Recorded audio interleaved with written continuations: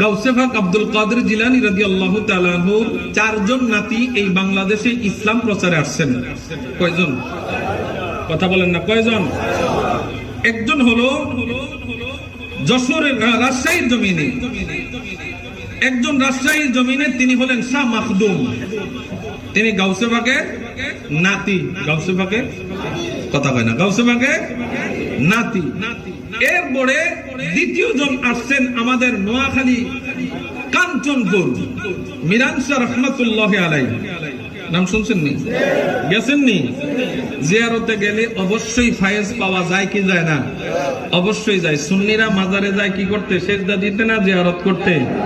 আমরা পূজা করতাম যাই না। ও রহিমানগরের ব্যবসায়ী ভাইয়েরা, আমরা মাজারে পূজা করতে যাই না। যারা দুর্গা পূজা করতে যায় আমরা এদের সাথে নাই, আমরা পূজার সাথেও নাই, আমরা মাজার জিয়ারত সুন্নাত মনে করে যাই।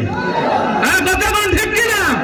আমরা দুর্গা মন্দিরে যাই না, আমরা টুপি দাড়ি পাঞ্জাবি নিয়ে আমরা ওইখানে প্রসাদ খাইতে যাই না, গীতা পাঠ করতে যাই না, আমরা আল্লাহর ওলির মাজারে যাই, যেটা সুন্নাত। কথা বলেন ঠিক কিনা? এই সুন্নাত চলবে কি চলবে না? কথা বলেন চলবে কি চলবে না? আমাদেরকে ভণ্ড বলো, কোনো সমস্যা নাই, আমরা আউলিয়া কেরামের পক্ষে আসি না নাই? জোরে বলেন আসি না নাই?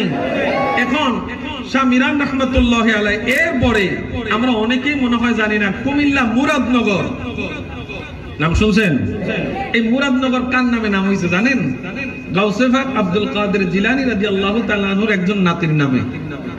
সুবহানাল্লাহ বিদিন শাহে মুরাদ আল আলম, শাহে মুরাদ আলম। এই মুরাদ আলম ইনার নামে মুরাদনগর নামকরণ করা হয়েছে। সুবহানাল্লাহ বলেন। আরেকজন হলো কুমিল্লার দেবিদ্বার উপজেলার চরবাকর এলাকায় হযরত সৈয়দ বাকের।